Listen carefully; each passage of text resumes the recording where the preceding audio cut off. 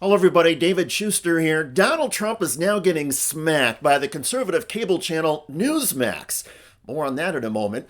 The Newsmax rebuke of Trump came after a weekend when the president was literally slapped in his face by a microphone.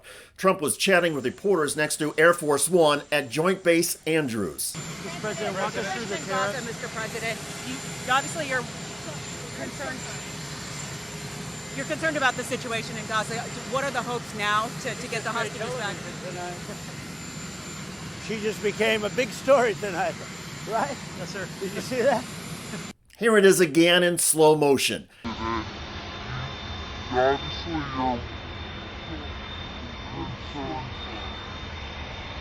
The audio engineer apologized, saying, "I'm so sorry."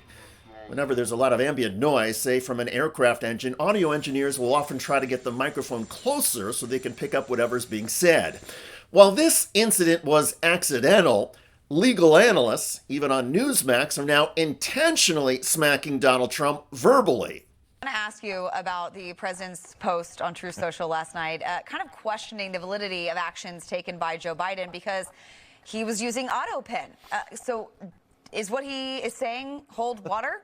I'm laughing because I know Mark wants me to say yes, but as a practical matter, there's no requirement that the president personally sign anything. On a late-night post on Truth Social, Donald Trump claimed the pardons that Sleepy Joe Biden gave to the Unselect Committee of Political Thugs and many others are hereby declared void, vacant, and of no further force or effect because of the fact they were done by auto pen.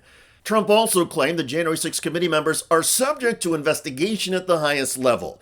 Judge Andrew Napolitano suggested that would be illegal and that Trump's reasoning about Biden is baseless. If Joe Biden intends to pardon A, B, C, and D, and there's 100 people in there, he can say to So if Jake the Sullivan, intention is there, that's fine. He didn't have correct. to sign it? He can say to Jake Sullivan, sign my name for me. Absolutely. Interesting.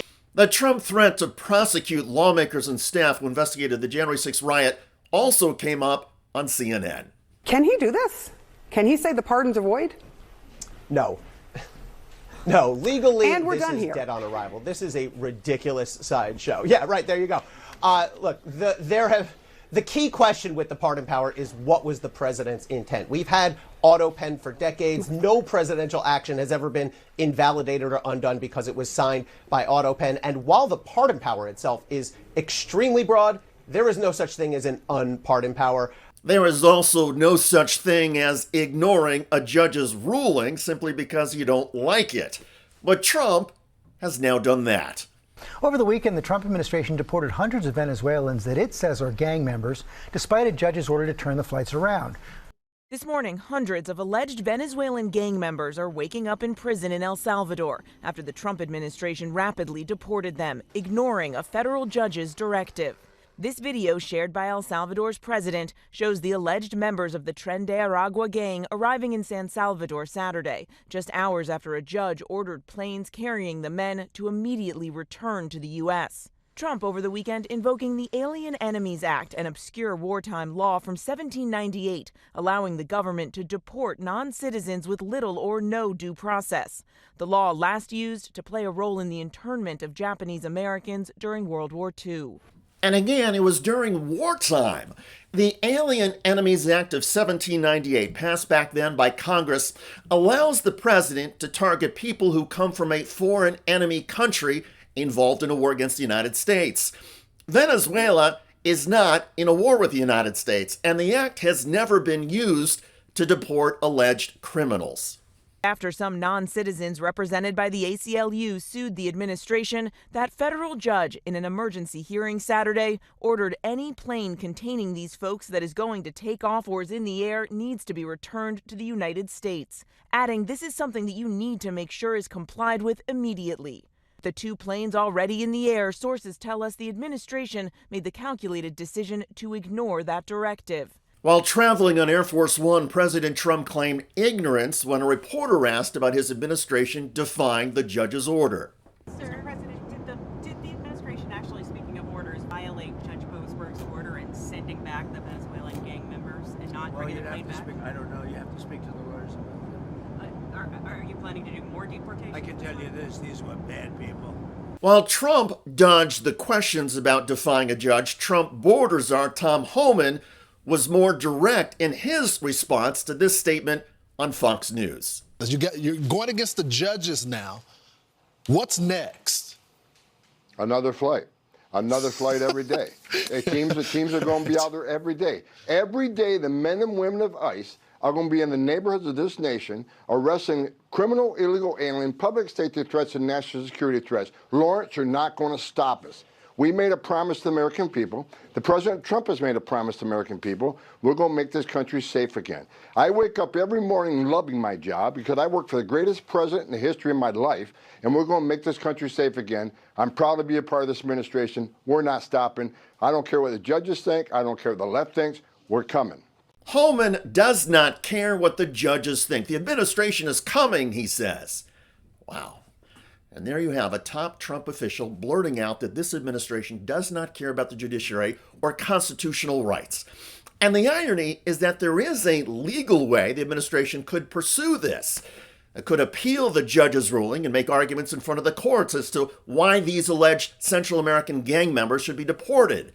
The Justice Department could also make arguments in individual cases for the deportations. And the evidence against the allegedly violent gang members might be powerful. But to just throw out constitutional requirements for due process and to ignore federal courts because you don't like being slowed down, that is epic fascism. And such an effort to shred the judicial branch of the United States would be unprecedented in American history.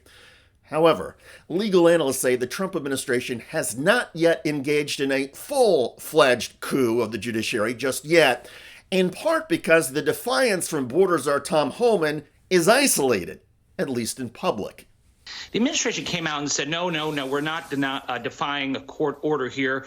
The order just came too late, and the plane was in the air, international airspace, so the judge didn't have the authority to get it back. That's not true. This is the administration being a little too cute here. This is the principle of it's always easier to apologize than to ask permission. That's what they're going under here because their excuse is obviously phony. You don't get to deny and defy a court order because you've taken suspects in an international airspace. And the administration rushed to get these folks into the air, and they tried to get them on ground in El Salvador before the court came out with its order, but they didn't do so. The White House did say that they will appeal to the Supreme Court, and that is the proper way to challenge a court order. And another reason why I don't believe it's a coup yet, it's clear, though, that Trump wants a fight on this because when it comes to alleged Venezuelan gang members like foreign students who sympathize with terrorists, that doesn't have a lot of political appeal. So the Democrats are responding with high-minded constitutional principles of due process and First Amendment, while Trump is saying, well, let's make America safe again. Thankfully, most federal courts usually make decisions based on constitutional law and Supreme Court precedent and not based on public popularity. Still, as we've seen, all bets are off with the Trump Supreme Court. Plus, we now have at least one Trump official saying that no matter what the judges rule, the administration is going to push forward as Donald Trump sees fit. That is a dangerous, very dangerous place for our nation. And it underscores why so many Americans may take some satisfaction in seeing Donald Trump get slapped down by liberal and conservative legal analysts, and why an errant microphone smacking Trump in the face is poetic justice. By the way, Donald Trump's White House press secretary is flailing amidst criticism from Fox News. Time for the president to do an Oval Office address maybe and try to explain to people that it might be bad for a little while, but it is in fact worth it? I think the president has been incredibly clear, Jackie, on where he stands and what he envisions for the future of America. You were expecting a recession this year. I hate to predict things like that. The American Automotive Policy Council has put out a statement sort of pushing back on this narrative. Watch how much Levitt starts blinking a sign of anxiety. They said revoking the exemption for Canada and Mexico and extending tariffs to auto parts with steel and aluminum will add significant costs for automakers, suppliers, and consumers. You know, steel and aluminum tariffs obviously could have big impacts. Check out that video at the link below. It generated a lot of comments on YouTube. One of the most popular is from Vincent Peters, who wrote, "If Miss Leavitt doesn't insult your intelligence, you probably don't have any." Indeed. I look forward to reading your comments about Donald Trump getting thumped by a microphone and by a conservative legal analyst on Newsmax. I'm David Shuster. Thanks for joining us.